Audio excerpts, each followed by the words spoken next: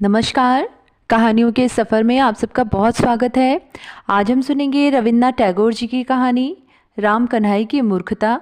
कहानी शुरू करने से पहले मेरा आप सबसे विनम्र निवेदन है, यदि मेरे द्वारा सुनाई गई कहानियाँ आप सबको पसंद आती हों और चैनल को आपने अब तक सब्सक्राइब नहीं किया तो ज़रूर सब्सक्राइब कर लें और अपने मित्रों में भी शेयर करें। तो चलिए शुरू करते हैं। जो कहते हैं गुरुचरण की मृत्यु के समय उसकी दूसरी घरवाली अंतपुर में बैठकर ताश खेल रही थी, वे विश्वनिंदक हैं। वे तिल का ताड़ बनाते हैं। असल में गृहिणी उस समय एक पैर के ऊपर बैठी दूसरे पैर के घुटने को ठुड्डी तक उठा कच्ची इमली, हरी मिर्च और झींगा मछली की चपटी चंचड़ी के साथ पावता भात बड़े मनोयोग से खा रही थी। बाहर से जब बुलाहट हुई तब स्तूपाकार चूसे हुए डंठलों और खाली थाली को छोड़ गंभीर भाव से बोली, जरा सा पाता भात मुंह में दूं, इसके लिए भी समय नहीं मिलता। इधर डॉक्टर साहब जब जवाब दे गए तब गुरुचरण के भाई राम कन्हई ने रोगी के बगल में बैठे हुए धीरे धीरे कहा, भैया यदि तुम्हें वसीयतनामा करने की इच्छा हो तो बताओ। गुरुचरण क्षीण स्वर में बोले, मैं बोलता हूँ, तुम लिख दो। राम कन्हई कागज कलम लेकर तैयार हुए। गुरुचरण कहते गए, मेरी चल अचल संपत्ति, सारी जमीन जायदाद मैंने अपनी धर्मपत्नी श्रीमती वरदा सुंदरी को दान में दी। राम कन्हई ने लिखा, पर लिखते हुए उनकी कलम चल नहीं रही थी। उन्हें बड़ी आशा थी कि इनका इकलौता पुत्र नवद्वीप निसंतान ताऊ की सारी संपत्ति का अधिकारी होगा। हालांकि दोनों भाई अलग हो गए थे, लेकिन इसी आशा में नवद्वीप की माँ ने नवद्वीप को किसी भी तरह नौकरी नहीं करने दी और बाल्यावस्था में ही उसका विवाह करा दिया। दुश्मनों का मुंह काला करते हुए विवाह निष्फल नहीं हुआ, लेकिन न चाहते हुए भी राम कन्हई ने लिखा और हस्ताक्षर करने के लिए भैया के हाथ में कलम थमा दी। गुरुचरण ने निर्जीव हाथों से जो हस्ताक्षर किया वे मात्र कुछ कांपती टेढ़ी लकीरें थीं या उनका नाम, यह समझना बड़ा मुश्किल था। पत्नी पांता भात खाकर जब आई तब वह गुरुचरण की घिघी बधी देख रोने लगी। जिन्होंने बड़ी आशा लगाई थी और संपत्ति से वंचित हुए, उन्होंने कहा, ये दिखावटी आंसू हैं, पर यह विश्वास योग्य नहीं है। वसीयतनामे का वृत्तांत सुनकर नवद्वीप की माँ दौड़ती आई और बड़ा बखेड़ा खड़ा किया। बोली, मृत्युकाल में बुद्धि नाश होती है, ऐसे सोने के चांद से भतीजे के रहते। यद्यपि राम कन्हई पत्नी की अत्यंत श्रद्धा करते थे, इतने अधिक कि दूसरे शब्दों में कहें तो उसे भय कहा जा सकता है, लेकिन उनसे रहा नहीं गया। दौड़े हुए आकर बोले, मजली, अभी तो तुम्हारी बुद्धि नाश का समय नहीं हुआ, फिर तुम्हारा ऐसा व्यवहार क्यों? भैया चले गए, मैं तो हूँ। तुम्हें जो कुछ कहना हो मौका आने पर मुझसे कहना, अभी समय ठीक नहीं है। समाचार पाकर जब नवद्वीप पहुंचा तब उसके ताऊ जी का अंतकाल हो चुका था। नवद्वीप ने मृत व्यक्ति को धमकी दी थी, देखता हूँ तुम्हारी मुखाग्नि कौन करता है, और श्राद्ध आदि शांति अनुष्ठान यदि मैं करूं तो मेरा नाम नवद्वीप नहीं। गुरुचरण नामधारी व्यक्ति कुछ भी नहीं मानते थे। वे डफ साहब के छात्र थे।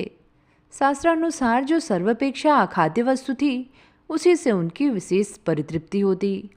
लोग यदि उन्हें ईसाई कहते तो जीभ काट कर कहते, राम राम, यदि मैं ईसाऊ हूँ तो गौ मांस खाऊं।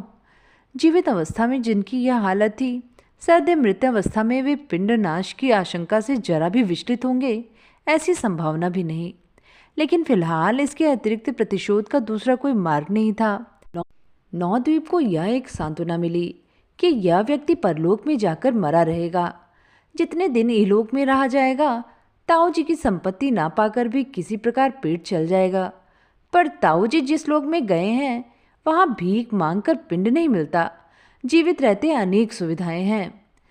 राम कन्हई वरदा सुंदरी के पास जाकर बोले, भाभी साहिबा, भैया तुम्हें ही सारी संपत्ति दे गए हैं। यह रहा उनका वसीयतनामा, इसे लोहे की संदूकची में संभाल कर रख देना। उस समय विधवा मुंह की मुंह में दीर्घ पद रचना कर ऊंचे स्वर में विलाप कर रही थी।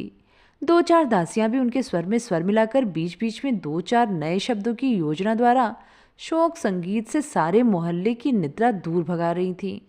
बीच ही में इस कागज के टुकड़े के आने से एक प्रकार का लय भंग सा हो गया और भाव में भी पूर्व योग न रहा। प्रसंग ने नीचे लिखे अनुसार असंबद्ध आकार धारण कर लिया। हाय राम, मेरा सर्वनाश हुआ जी, सर्वनाश। अच्छा देवर जी, यह लिखावट किसकी है? क्या तुम्हारी? ओ जी, अब तुम्हारे जैसे जतन से मेरी कौन देखभाल करेगा? मेरी ओर कौन मुंह उठाकर देखेगा जी? तू सब जरा रुक तो, इतना मत चिल्ला, बात सुनने दे। ओ जी, मैं क्यों नहीं पहले चली गई जी? मैं क्यों जीती रही? राम कन्हाई मन ही मन गहरी सांस भरते हुए बोले, यह हमारे भाग्य का दोष है। घर लौटकर नौदीप की माँ राम कन्हई के पीछे पड़ गई। भारी बोझ से लदी गाड़ी समेत गड्ढे में गिरने पर अभागे बैल गाड़ीवान द्वारा हजारों बार धक्के मारे जाने पर भी बहुत देर तक जैसे निरुपाय निश्चल भाव से खड़े ही रह जाते हैं। राम कन्हई भी वैसे ही बहुत देर तक चुप रहकर सहते रहे। अंत में बड़े दीन स्वर में बोले, मेरा क्या अपराध? मैं तो भैया नहीं हूं। नौद्वीप की माँ जोर से कड़क कर बोली, नहीं, तुम बड़े भले आदमी हो, कुछ नहीं समझते। भैया ने कहा लिखो, भाई वैसा ही लिखते गए। तुम सभी एक से हो, तुम भी समय आने पर वैसा ही कर्म करने के लिए बैठे हो।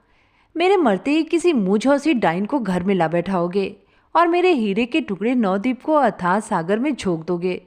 पर ऐसी बात सोचना भी नहीं, मैं जल्दी मरने वाली नहीं। इस प्रकार राम कन्हई के भावी अत्याचारों की आलोचना करते हुए गृहिणी क्रमशः और भी असहिष्णु होती चली गई। राम कन्हई निश्चित रूप से जानते थे, यदि इन सब बेसिर पैर की काल्पनिक आशंकाओं के निवारण हेतु तनिक भी प्रतिवाद करें तो हित का विपरीत होगा। इस भय से वह अपराधी से चुप बने रहे, जैसे कि अपकर्म कर ही डाला हो। जैसे उनके लाल नौदीप को संपत्ति से वंचित कर उनकी भावी दूसरी घरवाली को सब लिखकर मरे बैठे हों। अब अपराध स्वीकारे बिना दूसरी कोई गति नहीं। इस बीच नवद्वीप अपने बुद्धिमान मित्रों के साथ अनेक सलाह मशविरा के बाद माँ से आकर बोला, कोई चिंता नहीं, यह संपत्ति मैं ही पाऊंगा। कुछ दिनों के लिए बाबूजी को यहाँ से स्थानांतरित करना होगा, उनके रहने पर भंडाफोड़ हो जाएगा। नवद्वीप के पिता की अक्ल के प्रति नवद्वीप की माँ को रत्ती भर श्रद्धा नहीं थी, अतः उन्हें बात तर्कसंगत जान पड़ी। अंत में माँ की ताड़ना से नितांत आवश्यकता निर्बोध कर्मनाशा पिता ने जैसे तैसे बहाना बनाकर कुछ दिनों के लिए काशी में जाकर आश्रय लिया। थोड़े ही दिनों बाद वरदा सुंदरी और नवद्वीप दोनों ही परस्पर के विरुद्ध जाली वकालतनामा तैयार करने के आरोप के साथ कचहरी जा पहुंचे। नवद्वीप ने अपने नाम का जो वकालतनामा निकाला, उसके नाम के हस्ताक्षर को देखकर गुरुचरण का हस्ताक्षर स्पष्ट प्रमाणित होता है। इसके लिए दो एक निस्वार्थ गवाह भी मिल गए। वरदा सुंदरी की ओर से अकेले नवद्वीप के पिता ही गवाह रहे और हस्ताक्षर का पहचानना अन्य किसी के लिए सहज नहीं। उनके अपने घर में पलता हुआ एक ममेरा भाई था। वह बोला, दीदी चिंता की कोई बात नहीं है, मैं गवाही दूंगा और दूसरे गवाह भी जुटाऊंगा। मामला जब पूरी तरह तैयार हो गया तब नवद्वीप की माँ ने नवद्वीप के पिता को काशी से बुलवा भेजा। अनुगत सज्जन थैला और छाता हाथ में लेकर यथा समय आ उपस्थित हुए। यहाँ तक कि किंचित रसालाप तक करने की चेष्टा की।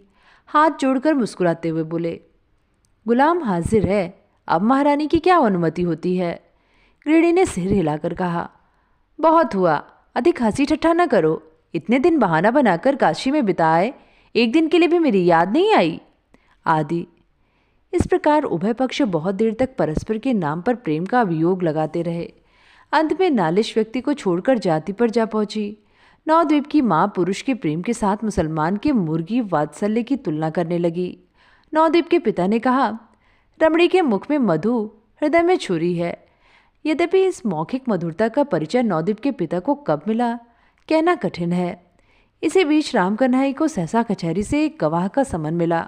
अवाक हो वे जब उसके मर्म ग्रहण की चेष्टा कर रहे थे, तभी नवद्वीप की माँ ने आकर रोना पीटना शुरू कर दिया। बोली, खून पीने वाली चुड़ैल ने केवल बच्चा नवद्वीप को उसके स्नेहशील ताऊ के उत्तराधिकार के औचित्य से वंचित भर करना चाहा हो, इतना ही नहीं है, ऊपर से मेरे लाल को जेल भिजवाने का बंदोबस्त कर रही है।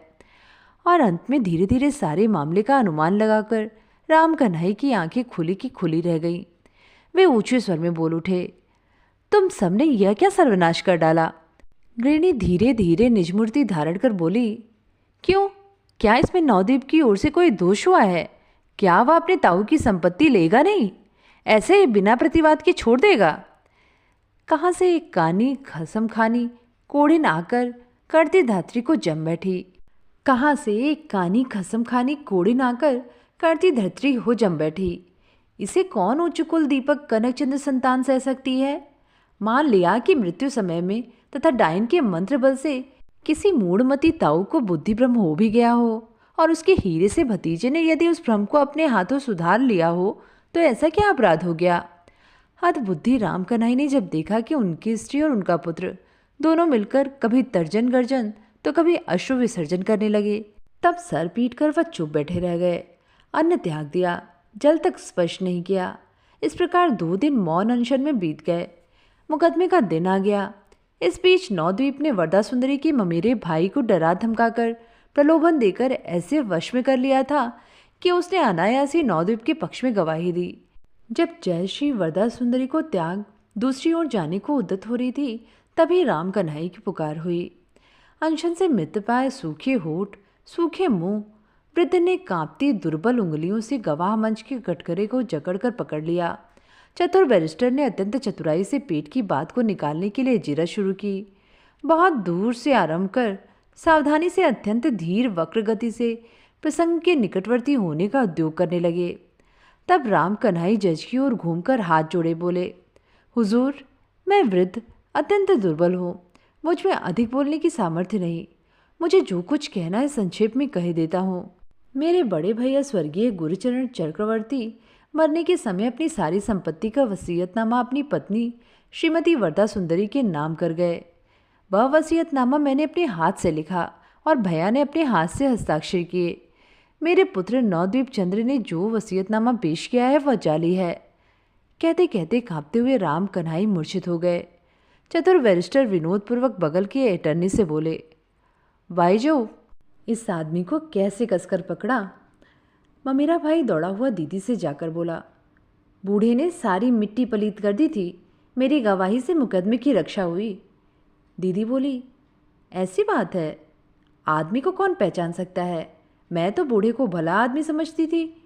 कारव रुद्ध नवद्वीप के बुद्धिमान मित्रों ने बहुत सोचकर स्थिर किया कि अवश्य वृद्ध ने डर से यह काम कर डाला है। गवाह के कटघरे में खड़े होकर बूढ़े की बुद्धि ठिकाने नहीं रही। ऐसा नितांत निर्बोध सारे शहर में ढूंढे नहीं मिलेगा। घर लौटकर राम कन्हई को कठिन विकार ज्वर ने घेर लिया। प्रलाप में पुत्र का नाम उच्चारण करते करते यह निर्बोध सर्वकर्म विनाशकारी नवद्वीप का मूर्ख पिता दुनिया से कूच कर गया। नाते रिश्तेदारों में से किसी ने कहा, और कुछ दिन पहले ही चला गया होता तो अच्छा होता। पुत्र ने तो उनका नाम लेना नहीं चाहा। तो ये थी कहानी राम कन्हई की मूर्खता। कहानी आप सबको कैसी लगी नीचे कमेंट में लिख के ज़रूर बताइएगा। फिर मिलेंगे एक नई कहानी के साथ। धन्यवाद।